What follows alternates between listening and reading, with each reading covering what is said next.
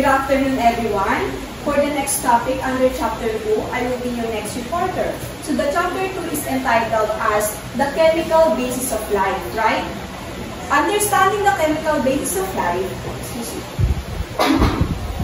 Understanding the chemical basis of life is fundamental for us to comprehend the intricate processes that sustain the living organism. In my report, we will discuss and provide a detailed explanation about what protein folding is and its consequences from a human perspective. And we will explore the experimental pathways for this particular topic to unravel the complex biochemical mechanisms underlying life. Basically, understanding the protein folding, we can learn various aspects that can support our understanding about the proteins. And also, by investigating the experimental pathways, mamaya malalaman natin kung ano yung experimental pathways na sinasabi ko ngayon, para mas masuportahan natin yung knowledge about the chemical interaction and the molecular, the chemical reaction and the molecular interactions.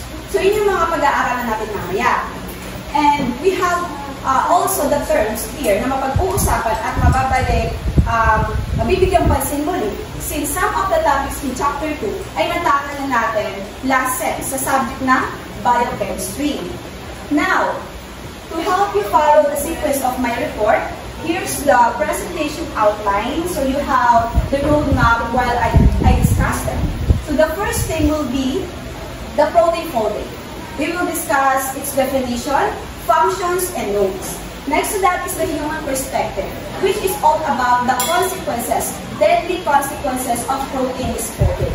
After that, the experimental pathways. Sa experimental pathways, pag-uusapan natin yung different kind of molecular chaperones, and later on, maridiscuss natin si tinatawag na molecular chaperones. After experimental pathways, we will discuss the proteomics and interactomics. Are you familiar with those terms? So, hindi ako din nung binubuklat ko yung book, hindi rin ako interested, ay hindi rin ako familiar sa hindi rin ako familiar sa words na yon. So, mamaya, napag-aaralan natin sila at madali lang sila ang ibigay. After proteomics and interactomics, we have the protein engineering, more on formulation of medicines yan, para sa panggamot sa mga specific disease, ganyan. Next is the nucleic acid. Papahakyawan na lang natin yan since na pag-aralan na natin last sem. After nucleic acid, we have the protein adaptation and evolution. Then lastly, the formation of complex macromolecular structure. So dito lang iikot ang ating discussion for this afternoon. And for our introduction, could anyone please read the slide? Ms. Jessie. The chemical basis of life is deeply rooted in the process of protein folding, where amino acid chains assure specific structures essential for their biological function. This intricate folding reflects the broader complexity is the basis of precise molecular interactions. Just as protein must fold correctly to perform their roles, our lives require careful balance and adaptation to be accomplished. The elegance of protein folding reflects the broader principle that even in life's vertically, precise, and thoughtful adjustments are crucial for achieving control and stability. Kung sabi dyan, the chemical basis of life is deeply rooted in the process of protein folding. Di ba, ang proteins is made up of long chain of amino acids, and that amino acid is the building blocks of proteins. And they have a specific structure and shape that is essential for their biological functions and activities within the cell. So, ano ba yung tinatawag natin na protein folding? Nabanggit yung ibang mga definition nila. What do we mean about the protein folding? Meron ba kayong insight about protein folding? Bakit ba kailangan ma-fold si protein into tertiary structure? Bakit kailangan niya ma-form into three-dimensional structure? Okay po, Andre? So, kaya nga sabi kanina sa mga past lessons, ang protein, nade-determine yung function niya sa isang organism based sa kanyang structure. So, napaka-importante ng protein folding para ma-carry out ng biological processes within the body, yung mga dapat nila i-carry out with the function of protein na nag-undergo nga ng protein folding. Okay, very good. Exactly. So, just as protein folds correctly to perform its specific goals or functions, parang ng tao yan. Our lives require careful balance and adaptation to meet our goals. The elegance of protein folding reflects the broader principle that even in life's brevity, precise and thoughtful adjustments are crucial for achieving purpose and stability. Like for example, tayo mga students. Ano ba yung goal natin? Bakit tayo nandito sa school? Di ba? To become a future science teacher. Ano ang ginagawa natin para maging future science teacher tayo? Di ba? We are shaping ourselves first before achieving our goals in the future.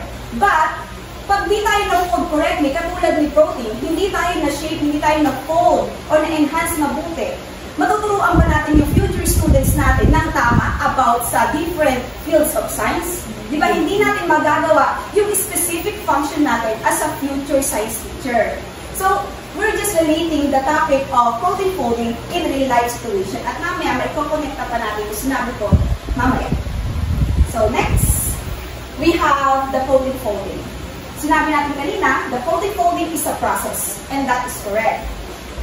Anong process kaya ito? So, protein folding is the process by which a linear chain of amino acid in a protein acquires its three-dimensional structure. Bakit ba sinasabi natin, bakit ba kailangan ni protein na mapunta sa ganong structure? Because that is essential for proteins to perform their specific function within the cell. At kapag hindi nakapag-fold properly and completely yung mga proteins natin ngayon sa iba't ibang parte ng katawan, magkakaroon yon ng possible effect sa katawan. Sabi diyan, misfolding or improper folding can lead to a range of diseases. Delikado yung mga diseases na yon because it usually are neurodegenerative diseases. Fatal diseases sila na usually ang punteriya niya is yung utak ng tao. Mamaya sa human perspective, pag-aaralan natin kung ano-ano ba yung mga consequences of protein misfolding na yun. At always remember, ito kung nakikita niyo yung nasa baba, simple quotation lang yan about sa protein folding. Sabi dyan, protein folding is the art of turning the linear chain of amino acid into a masterpiece of action or function. Bakit sinabing to turn the long chain or the linear chain of protein to a masterpiece of function? Kasi nga, para magawa nito yung kanyang specific biological functions and activities within our cells. Nakigets mo kung ano po si protein folding? Okay. Next, after discussing the protein folding, dito naman tayo sa denaturation. Napag-aralan natin ito in biochem. Ano ba si denaturation? Diba? Napag-aralan din natin yung mga agents of denaturation. We have the heat, the chemicals, toxins, diba? So, kapag sinabi natin denaturation, this is the unfolding and disorganization of proteins. Yung sumisira. It changes the protein shape and impairs its ability to perform its biological activities. And it can be brought about by a variety of agents, sabi ko nga kanina, including the pH changes, the heat, radiation, toxin, infections, and even chemicals. So, siya yung sumisira sa normal folding ng proteins na nagiging dahilan para hindi magawa ni protein ang kanyang function sa mga cells natin. Si denaturation ang in charge doon. At kapag na-denaturate yung isang protein, syempre, maaaring hindi na magawa ang kanyang function as a protein itself. Maliwanag po kung ano si denaturation. May halimbawa tayo dyan na illustration. Ito yung normal protein. Ito yung kanyang structure and shape. So, nagkaroon siya ng exposure to physical stress, maaaring heat yan or toxins. Then, na-denaturate siya bilang ganito. Nag-aggregate siya. Nag-cluster siya, sumabog, di ba? Hindi na siya ganun katulad sa structure na pinapakita dito. So, syempre, pag nawala siya sa tamang structure, wala na rin siyang tamang purpose. Hindi niya magagawa ang kanyang silbi sa ating, sa loob ng ating cell. And like, for example, sabi dito, yung denaturation is like a neatly folded letter or a paper. Getting crumbled up, nilukot ng nilukot. Then suddenly, it lost its original shape and message. So, kapag ba ang papel yung papel na mayroong mga notes natin sa reviewers, talagang lukot na lukot. Mababasa mo pa ba yung message? May purpose pa ba siya sa atin? Maibabalik pa ba natin yung original state niya? Kahit planchahin mo ng planchahin, meron at merong lukot yan. So, hindi na natin sila maibabalik sa dati. Ganun si denaturation. Pero, Pero may mga substances or molecules na tutulong para dyan. So before we proceed to the next slide, kuhanan po muna kayo ng ideas about the molecular chaperone. Sino ba si molecular chaperone? Bago ko siya banggitin, nabanggit ko na yung hint. Siya yung tutulong. So when we say molecular chaperone, kapag ba narinig niyo yung salitang chaperone, what comes into your mind? Kasama, di ba? It refers to a person nor a thing that supervises and accompanies us. And it usually typical in social and educational setting. Like for example, yung tour guide. Di ba ano may ginagawa ng tour guide? Sinasamahan nila tayo and ginagay at the same time sa isang place na pupuntahan natin for us to be aware kung anong places na yon, for us to be safe at ma-ensure na organize yung mga tao and most especially yung talagang tour. Siya yung in charge doon. And ganon si molecular chaperone. But in biology setting, yung chaperone na yun ay meron tayong iba't ibang concept. Pakakulugan ni chaperone. So si molecular chaperone is the helper proteins. Once na ma-denaturate siya, may tutulong at tutulong sa kanya para maibalik siya sa dati. Ang tanong, habang buhay ba na ma-denaturate si protein at tuluyan na niyang hindi magagawa ang kanyang function kasi nga sira na ang kanyang structure? Yes or no? No, kasi nga nabanggit ko na yung molecular chaperone. Siya ang tutulong para maibalik or ma-refold si protein into their normal shape and structure. So si molecular chaperone, always remember, they are the helper proteins. Proteins din sila na tinutulungan ang kanilang kapwa protein. Gaya nating mga future teachers, sino ba yung bumuhugog sa atin? Di ba? Mga teachers din. Para nga mahugog tayo sa kung ano yung goal natin in the future. Teacher to teacher. Teacher and then the future teacher. So, in molecular chaperone, pakibasa nga po. Miss Laser, nakita mo ba? Miss May. Molecular chaperone helping proteins to reach their folding state. Main job is to ensure other proteins form correctly in their proper folding chain. Ensure that proteins end up in their functional forms where they do their job effectively. Avant-gardes that prevent proteins from getting tangled or misfolded. Chaperone. Cylindrical protein complexes that contain chambers in which newly synthesized polypeptides can fold without interference from other molecules in the cell. So nasabi na natin yung definition ng molecular chaperone, which is the helper proteins. And its function is to ensure that the proteins end up in their functional forms, yung dati nilang structure, ready to do their job effectively.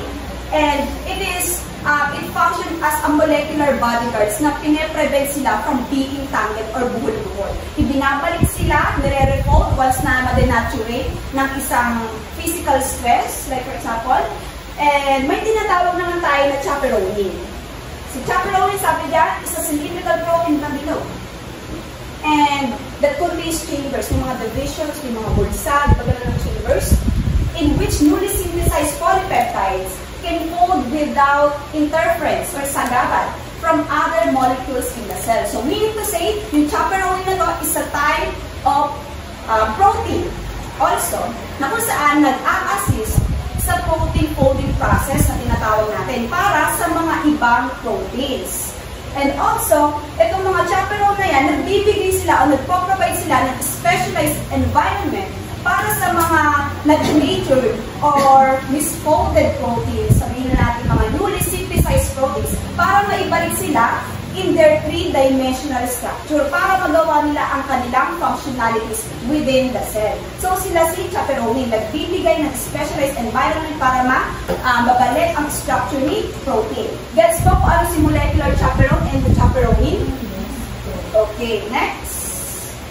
Ito naman po yung role of molecular chaperone. So iba dyan inadiscuss natin. So si chaperone ang in charge for protein folding, for protein refolding, for prevention of aggregation, yung pagka magiging cluster, pinaprevent niya yung mga proteins sa pagkakaganon, ng sabog-sabog. And another, it assists in assembly, sa kaayusan ng protein, the degradation, and the stress response. Later on, ma-discuss natin yung stress response na yan, na another job of molecular chaperones.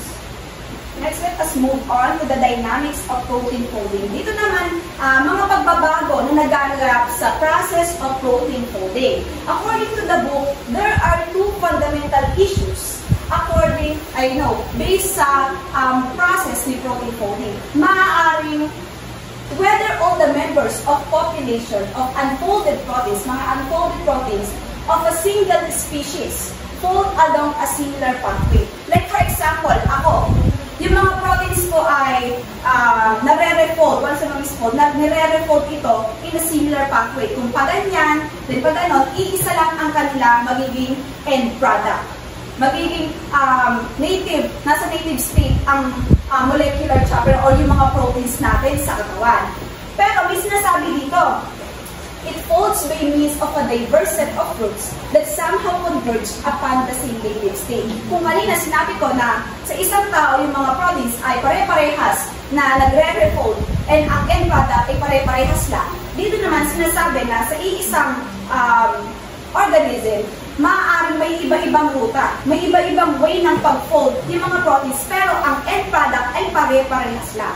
Katulad na to nasa illustration, it portrays the two alternate pathways. Dalawang magkaibang method. Itong unfolded proteins, dalawang unfolded proteins, yung una, nagsimula sa secondary structure, then nag-collapse.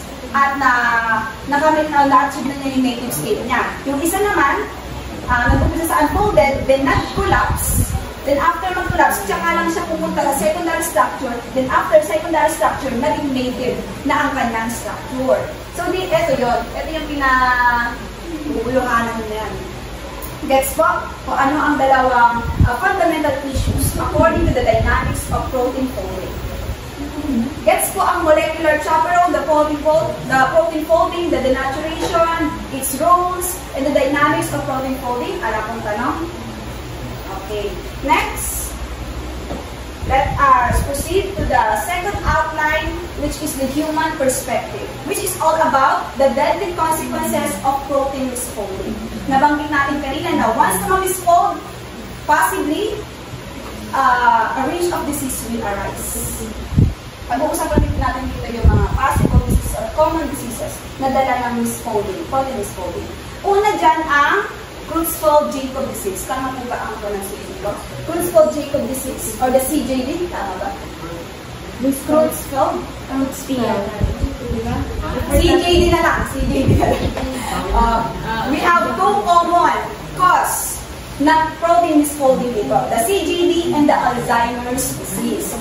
Both disease are fatal. Neurodegenerative disease. Incurable. Hindi napapagaling. Deadly siya.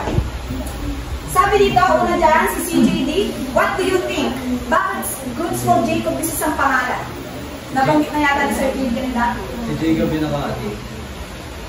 The term was nakuha sa mga neurologists na unang nakadiscover na sakit na ito.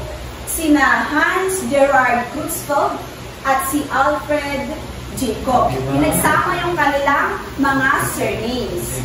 Kaya Creutzfeldt-Jakob disease ang tinawag sa disease na ito. Yung disease na yan is a rare, kakaiba. Talagang madalang ka lang makakita ng ganitong sakit. And a fatal disorder na namamatay na kung saan ang punteriya ay ang utak ng tao. Na nagkokos ng loss of coordination. When we say loss of coordination, nagkakaroon ng lack of ability to perform a smooth and steady movements. Like for example, yung ataxia. Tawag ba ataxia? Diba neurological disorder yon? Nahihirapan sila na mag-steady, mag-balance, and clumsy sila normally. So, ganun yung nagiging cause ng CJD sa isang tao. And it caused by a protein. Ang dahilan naman ng pagkakaroon ng CJD ay ang mga unique infective properties ng proteins. Yung mga proteins na yan ay infectious proteins na tinatawag natin na prions. Mamaya, si prions. Next is the Alzheimer's disease. Common disease yan. Ano ba yung nasa isip niyo kapag Alzheimer's? Makakalimutin. Lala ng gala kasi hindi na alam kung ano yung ginagawa nila. Kasi nga, mahirap kasi ng kontrolin. Maya-maya, nawala na. Diba? May palabas na lang sa ABS-CBN. Diba? So, si Alzheimer's disease is a progressive neurological disorder sa utak that leads to the the degeneration and death of the brain cells. So, there's a death of brain cells dito. May mga namatay na brain cells sa utak na merong case ng Alzheimer's disease. At incurable nga ito, sabi ko nga. And the common cause of Alzheimer's is the dementia. When we say dementia, meron ka confusion, overthinking, memory loss, then yung behaviors mo ay nag-change na lang suddenly. Hindi mo na kaya makontrol ang isang tao kapag meron siyang extreme case of Alzheimer's disease. Like for example, yung isang nanay, hinahanap niya yung anak nung araw pa. Ang laki-laki ng anak niya, ang hirap namang, di ba? Basta gano'n, nako-confuse siya, nagkakaroon siya ng overthinking sa utak, kaya mahirap kontrolin yung mga ganito. And itong mga sakit na to, usually, nag-happen siya sa tao. Next naman, yung sakit na nararanasan ng sa hayop naman, na similar kay CGD, the mad cow disease, formerly known as bovine, spongiform encephalopathy. Sa utak na naman yan, is a neurodegenerative disease that affects the cattle. Uwi siya ng baka. Diba? It causes the abnormal proteins called prions. Sabi ko kanina, yung prions, which are infectious proteins sa utak ng tao na kung saan ini-induce niya yung mga abnormal folding of normal proteins. Nagiging epal siya sa mga normal proteins. Para bang dinedenaturate niya agad-agad yung mga proteins sa utak para magkaroon ng triggers. Para kumalat yung infectious protein na yun. Tineturn niya yung mga normal folded proteins into yung denature na aggregates na misfolded na. And it changed in behavior. Yung cause niya, maaaring change in behavior, difficulty walking, and loss of coordination. Similar lang ng mga changes na nangyayari sa tao dito sa may mad cow diseases. But usually, nangyayari to sa mga cattle. Ayan. Yun yung mga common disease na nasa book. Ayan. Tapos na tayong i-discuss yung chapter 2, ay yung outline number 2, which is the human perspective. Next, naman tayo sa experimental pathways. Ang focus niya is mga chaperones. Another samples or examples of molecular chaperones, helping proteins to reach their proper shape. Ano ba yung pag sinabi natin experimental pathways? Ang experimental pathways, ito yung mga structured approaches, processes, and ano pa ba yung sinabi doon? The procedures na kung saan ginagamit para mas mapag-aralan lahat ng mga biological functions inside the body. Ginagamit yung experimental pathways na yan para mas mapag-aralan ang isang molecule or a protein, then magamit sa mga researchers, medicines, and other industries. So yun yung experimental pathways. Marami tayong mga methods and processes na ma-encounter dito sa outline number 3. Una dyan, ang heat shock response and the heat shock protein. These two are related to each other. Si heat shock response, ito yung ginagawa ng mga proteins natin once na meron silang ma-experience na agents of denaturation.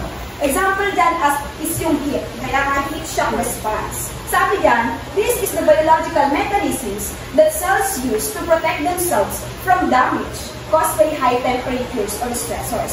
Ito yung ginagawa ng mga proteins para maprotektahan nila yung sarili from being damaged from a certain elevation of temperature. Like us humans, di ba? Kapag mainit, ano ba ginagawa natin coping mechanism? Di ba, nagpapaypay, nag-electric fan, pumupunta sa aircon para lang mapawi yung init na nararamdaman natin. So, ganun din ang nagiging response ng mga proteins para hindi sila tuluyan na ma-damage at hindi tuluyang mawala ang kanilang mga functionalities. Ano naman ang tinatawag natin na heat shock protein? Pasensya na sa mga spelling. So, si heat shock protein, ito naman yung nire-release ni cell na protein para matulungan yung mga na-misfold, ibang mga na-misfold na proteins nung nakaranas ng sudden elevation of heat si proteins para maibalik sila agad sa dati.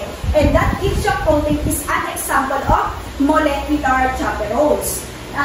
It is a group of proteins that are produced by cells in response to stressful conditions. Once na mag-response si proteins sa heat na yon, possible ang next move na ng cells ay mag-produce ng mga heat shock protein.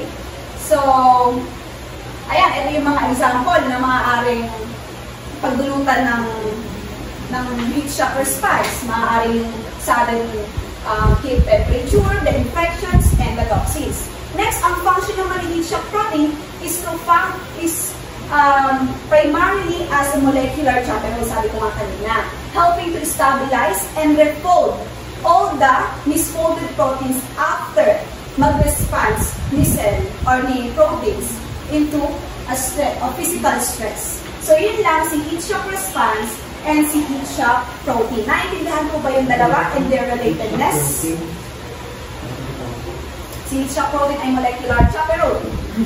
Next, ito po yung process niya. Ito naman si heat shock protein. Next, may tanong. Does the heat shock response lead to the production of chaperone proteins? Yes or no? Nabanggit ko yan kanina. Ano? Yes. Kasi nga po, bakit? Bakit po? Kung nakinig, nakikindahan po ba yung sinabi ko na? Kasi once na makapag-response si protein sa heat or any kind of physical stress, ang cells ay magpo-produce na ng mga molecular chaperone na tinatawag natin na heat shock protein. And the answer is yes. So yun yun. Tama po ba? Yes. Yeah. Next is the mutant strain of bacteria called the Gro'i. When we say mutant strain of bacteria, this is a variant of an organism such as virus or a bacteria. But mag-focus tayo kay bacteria. The mutant strain of bacteria called the Gro'i. Kapag naman sinabi natin na Gro'i, this is a chaperoning complex or system na kung saan nag-a-assist din for the proper folding ng ibang mga proteins. Marami kasi tayong molecular chaperone sa katawan, so iba-iba sila ng function. Itong Gro'i na to ay in charge sa mga proteins doon sa bacteria. Sa mutant strain of bacteria. Pakibasa nga po. Miss Lubeliza.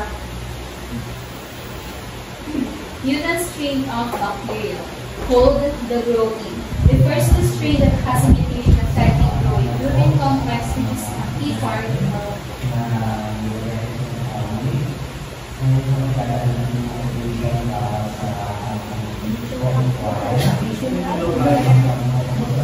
which is a key part of the bacterial heat shock response. And the bacteria in this strain have difficulty properly folding their proteins when exposed to heat or other stress. So sabi lang sa mutant strain of bacteria, yung mga proteins ni bacteria have the difficulty to refold their proteins. That's why hindi nila nagagawa yung kanilang particular or specific function as a protein doon sa bacteria na yun. Kasi nga, kapag hindi nila nagawa, maaaring magkaroon o maglulot ito ng sakit. Or hindi sa sakit, in terms of bacteria, maaaring hindi nila magawa na makapag-infect ng other bacteria. Kasi when we say, ito pala dito, sabi dyan, why grow a mutant strain of bacteria could not support the assembly or kaayusan of normal phages. When we say normal phages, short for bacteriophage. Yung bacteriophage na yun is a virus, a kind of virus that infect bacteria. Kapag hindi nagawa, di ba nahihirapan siyang i-fold yung kanyang sarili because of kawalan ng Gro'i protein complex, sabi ko rin sa loob. So, kapag hindi niya nagawa yun, maaaring hindi niya magawa yung function niya as a bacteriophage para makapag-infect ng bacteria. So, ang tanong dyan, why grow a mutant strain of bacteria could not support the assembly of normal phages? It's because it lacks the Gro'i chaperone proteins na tinatawag natin na GROEL at GROS. Yung GROEL and GROS na yan is another kind of molecular chaperone na in charge doon sa may bacteria. They are essential for the proper protein folding and assembly. Importante sila doon. Hindi lang for assisting the misfolding of proteins, ganyan, may balik sila sa dati state, kundi para magawa mismo ni bacteriophage yung kanyang parts, maiduktong lahat ng mga parts sa kanya para magawa ang kanyang specific function as bacteriophage. So, yung mga Gro'i chaperone proteins na yan are chaperones needed for the proper assembly of phages parts, sabi ko kanina. And without them, the phages proteins don't fold properly. Hindi nga naman mapo-fold correctly. So the phages can be assembled correctly and can infect bacteria. In English lang natin. So nagigets ko kung bakit yung mga mutant strain of bacteria, yung mga proteins doon ay nahihirapan ma-build up, ma-rebuild up yung mga structure doon. Kasi nga, nagkukulang sa GRO-A chaperone proteins. Very good. Next, ito po yung kanilang structure. Mas malaki si GRO-L unlike kay GRO-S. Pero same lang sila ng functionalities. Ito ay like a barrel-shaped protein. At ito naman, mukha siyang cup. Kinakap niya yung GRO-L complex. Ayan. Ito silang dalawa. Mabilis na lang. Si GRO-L is a large cylindrical protein complex found in bacteria cytoplasm. Both of them, the GRO-L and the GRO-S, ay nakikita sa bacteria. Acts as a molecular chaperone, assisting in the folding of other proteins. Sabi na natin kanina. It ensures that proteins achieve their functional forms and helps maintain cellular health and preventing protein aggregation and misfolding. So, yun lamang ang kanilang function sa mga protein doon sa bacteria. Ganun lang din naman ang definition or function ni GRO-S dito. Meron lang siyang kalilitang structure compared sa GRO-L. Gets po si GRO-A, chaperone protein. Next, we have the Rubisco. Tinapay ba yan? Hindi naman siya biscuit, di ba? So, it is short for ribulose-1,5-biphosphate carboxylase oxidase. Ang hirap naman kayo sabihin kapag scientist ka, ay kunin mo yung ribulose, diba? Kaya siguro, ginawa na lang ay Rubisco. Si Rubisco is a crucial protein, important protein siya na involved sa process of photosynthesis, na kung saan it facilitates the initial step for the carbon fixation in photosynthesis. Yung mga carbon na inire-release natin, kinukuha ni Rubisco para ma-turn ito sa importanteng bagay na kailangan natin. Ano ba yun? Yung kinukuha yung carbon dioxide, it turn into anong product? Yung oxygen. Tama ba? Para mag-release sila ng oxygen yung plant sa photosynthesis. Mali-mali yung ano. So yun. Yung Rubisco na yun, they are a large protein in chloroplasts that catalyzes the reaction in which the carbon dioxide, sinabi ko kanina, molecules taken up from the atmosphere are covalently linked to organic molecules during photosynthesis. So, yun yung kanyang function. And of course, siya ay isang uri ulit ng protein. That's why, meron pa rin siyang mga molecular chaperones na nakapaligid sa kanya. Para nga, once na ma-denaturate sila, syempre, sa process of photosynthesis, may mga hit din doon, mga agents of denaturation, para ma-respondihan agad ni molecular chaperones to ensure it folds correctly and remains functional. Paulit-ulit na lang tayo kung sabihin natin kung bakit hindi ma-fold correctly. Kasi nga, magdulot ng sakit. Next, the proteomics and interactomics. Ito yung kaninang term na sinabi natin. So, ano ba itong dalawa na to? So, the proteomics and interactomics, ito siya. Meron siyang dalawang term, proteome, proteomic, or proteome. Proteome is for proteomics, and si interactome for interactomics. From the word itself, interactome. Ano kaya meron doon? Interactions. Yes. Si proteome is the entire inventory, sorry for the typo, inventory of proteins that is produced by an organism, by a single organism. Inventory siya ng lahat ng mga napoproduce na proteins ng isang tao. Like for example, si Riley, sa Inside Out. Diba, lahat ng mga emotions niya ay naka-inventory, nakalagay sa storage, nagiging collection ng mga different emotions niya sa utak para kapag gusto niyang balikan yung ganitong emotions ni Riley, bakit ba siya naging malungkot, bakit ba siya naging natsarat, etc. Mababalikan nila, makapag-aralan ulit nila. So, ganun si proteome. Ano ba yung usage nun para sa mga researchers and scientists?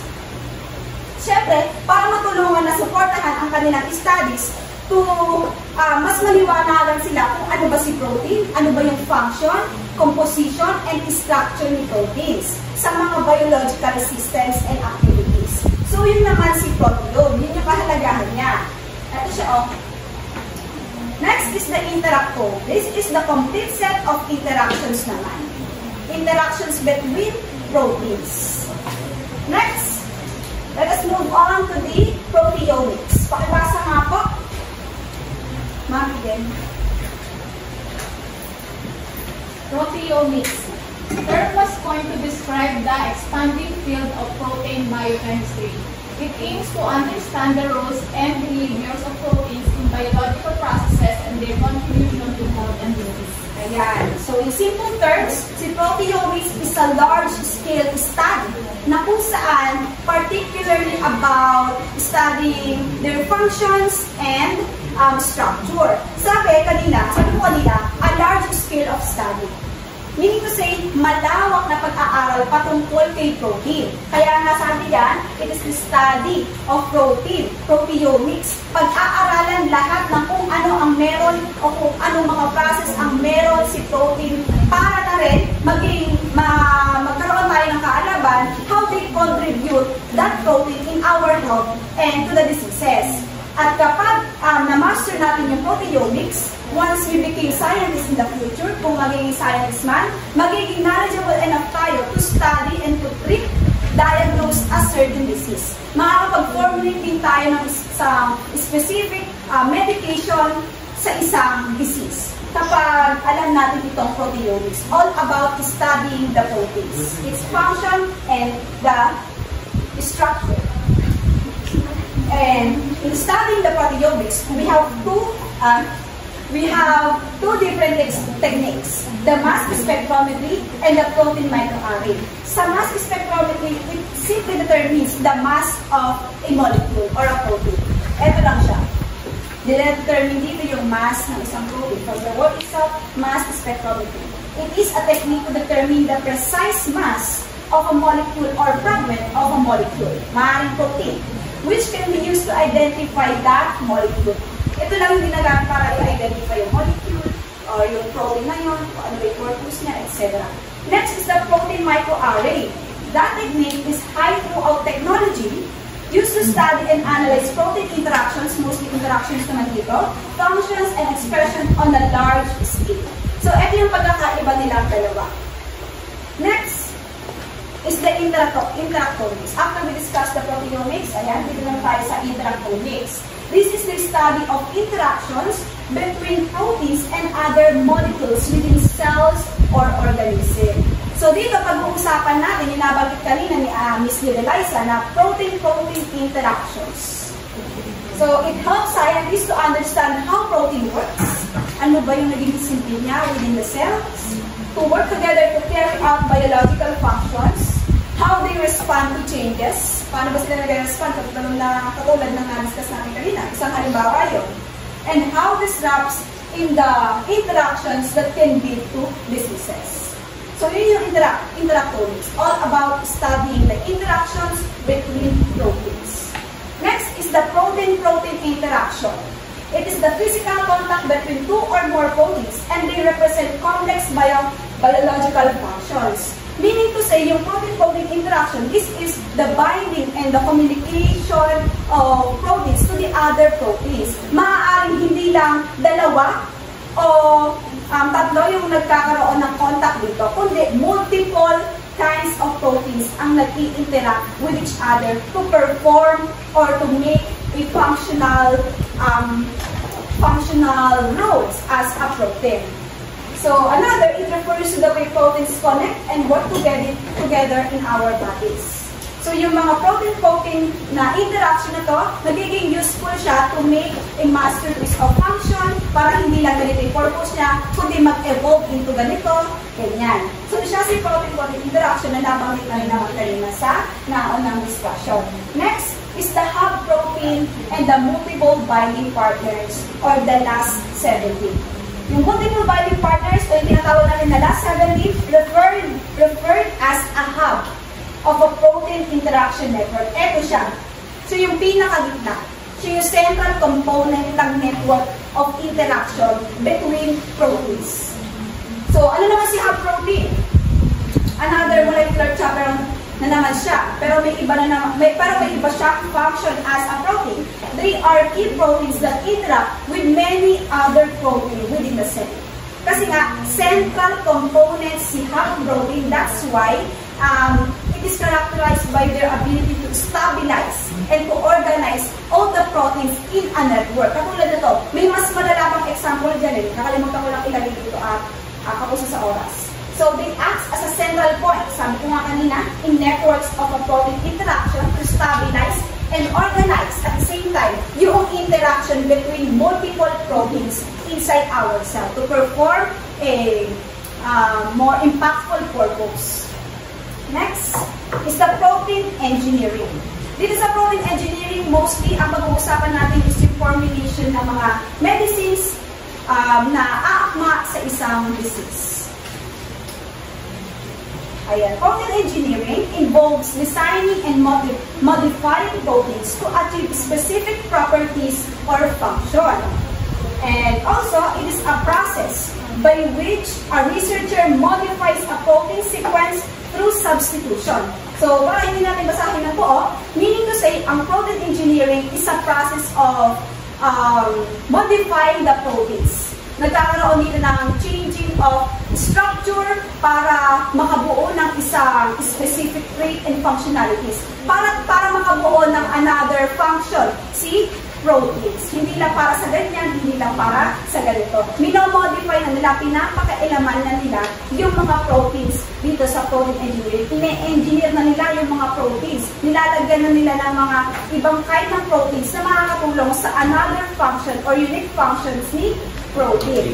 There is alteration of proteins dito sa protein engineering para mag-introduce din yung mga yon sa application of medicines, industry, and also sa mga research. Next, ayan, we have techniques naman na ginagamit in studying the protein engineering. They are the site-directed mutagenesis, the directed evolution, and the computational design. So, basahin nyo na lang din yan. Kasi yun yung mga ibang techniques na ginagamit sa pag-aaral sa protein engineering. And now, let us proceed to the production of novel proteins. Ano ba yung novel proteins na yun? When we say novel proteins, these are the original proteins, unique proteins, and also a rare proteins na kung saan hindi siya previously known. It doesn't previously known. Hindi pa natin nalalaman yun. So, nagpaproduce yung mga scientists ng mga novel proteins. And yung novel proteins na yun, merong mga bagong kakayahan na kaya i-perform within our cell. So sabi dyan, it involves designing and creating proteins with new enhanced functions not found in nature. So kakaiba yung ginagawang function ng mga novel proteins na to. Kasi nga, hindi naman tayo familiar sa mga proteins na to, kaya gumagawa sila ng mga panibagong proteins with new enhanced function para magkaroon ng impactful purpose sa cell natin. And another, it is a process that enables the creation of proteins with novel functions and application in medicine, industry, and research. Kaya nga tayo nagkakaroon ng production of novel proteins para makatulong sa application in medicine, sa iba't ibang industry na makakatulong si novel proteins. So, ito yung sinasabi natin na production of novel proteins. Gets po ano si novel proteins? They are the proteins na hindi natin that doesn't previously know. Next is the structure-based design or based drug design. Ano kaya ito? Saan kaya ito patungkol? Is structure-based drug design. So it is a method used to develop new pharmaceuticals or mga medicines by utilizing the three-dimensional structure of a protein. Ginagamit yung structure ni protein para makapag-formulate, makapag-create ng isang pharmaceutical or ng isang medicine particular or magiging suit sa isang disease. Like for example, sa HIV.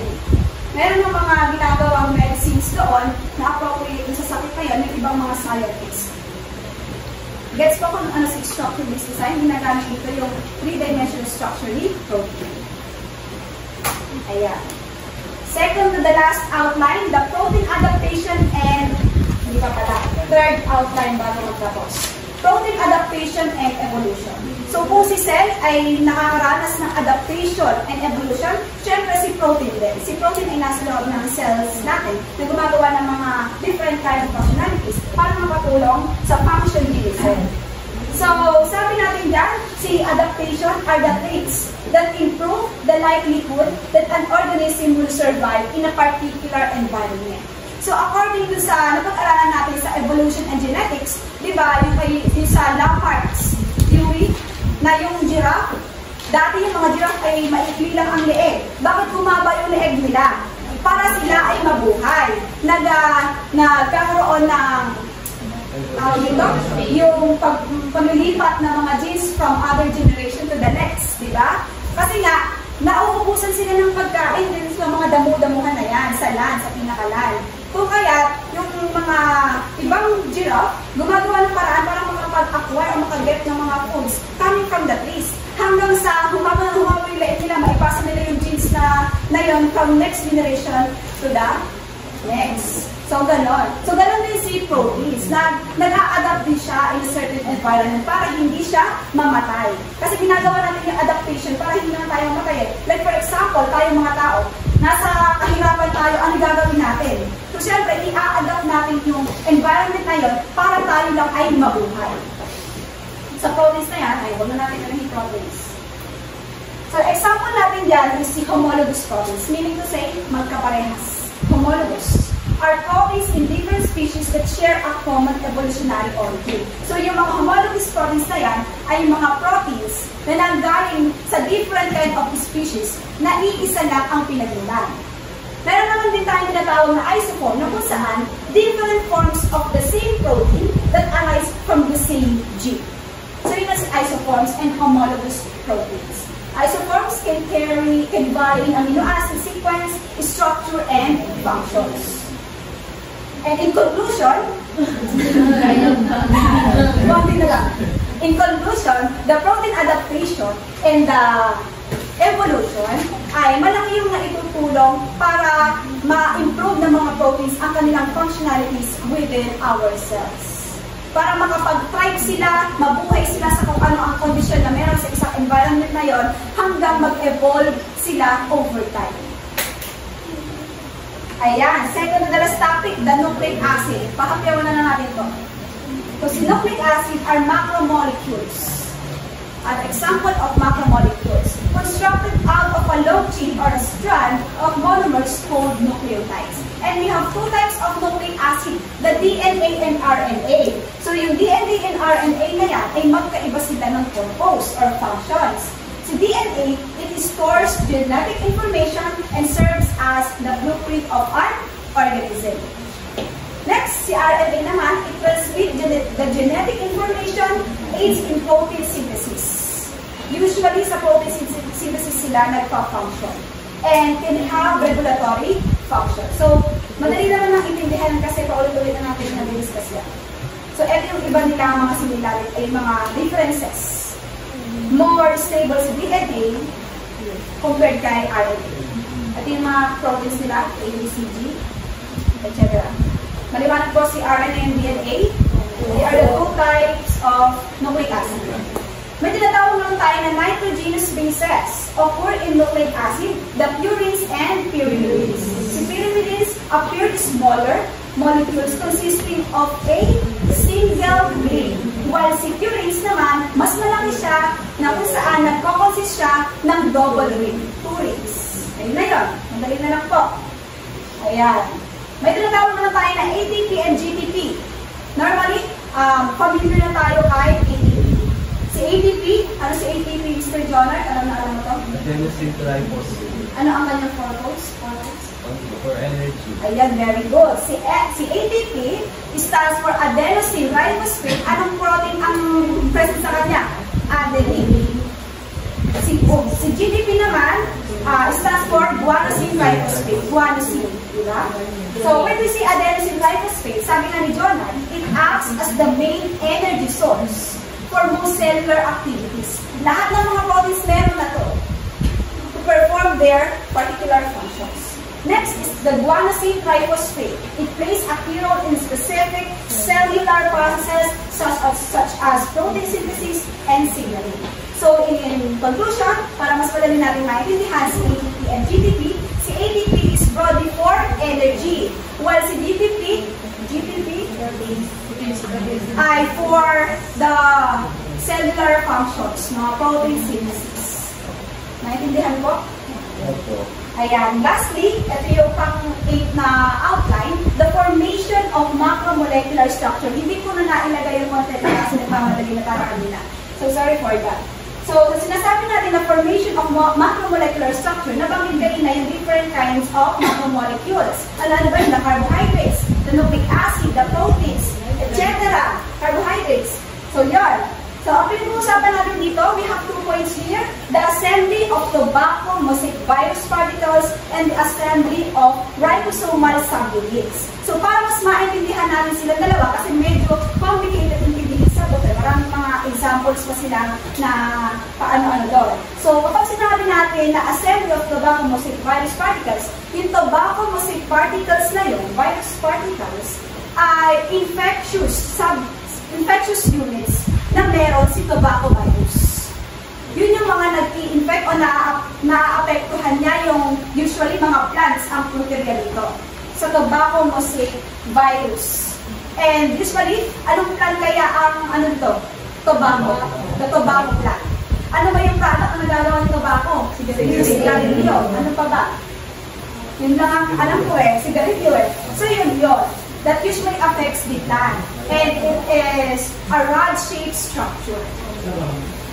Infectious protein. Dito naman sa assembly of ribosomal subunits, these two come together to create a ribosome. Then that ribosome is nangyayari, yung happenings na yun, yung pagkasama nilang dalawa, it happens usually in the nucleus. Then after nila ma-translate yung genetic material into a protein, pupunta na yung ribosome na yun sa cytoplasm at mag-i-start muli na gumawa ng another kind of protein. Doon lang naman umiikot yung assembly of tobacco mosaic virus particles and the assembly of ribosomal subunits. Mga kaayusan ng kanilang structure na kung saan mahalaga to perform their masterpiece of function. So that ends my presentation about the protein folding under the chapter 2. Meron po ba kayong mga katanungan? Alala po. Maliwanag si protein folding, the molecular chaperones, and yung mga diseases na dala ng folding. Okay. And thank you so much for listening. Meron tayong short activity para hindi naman masayang yung video.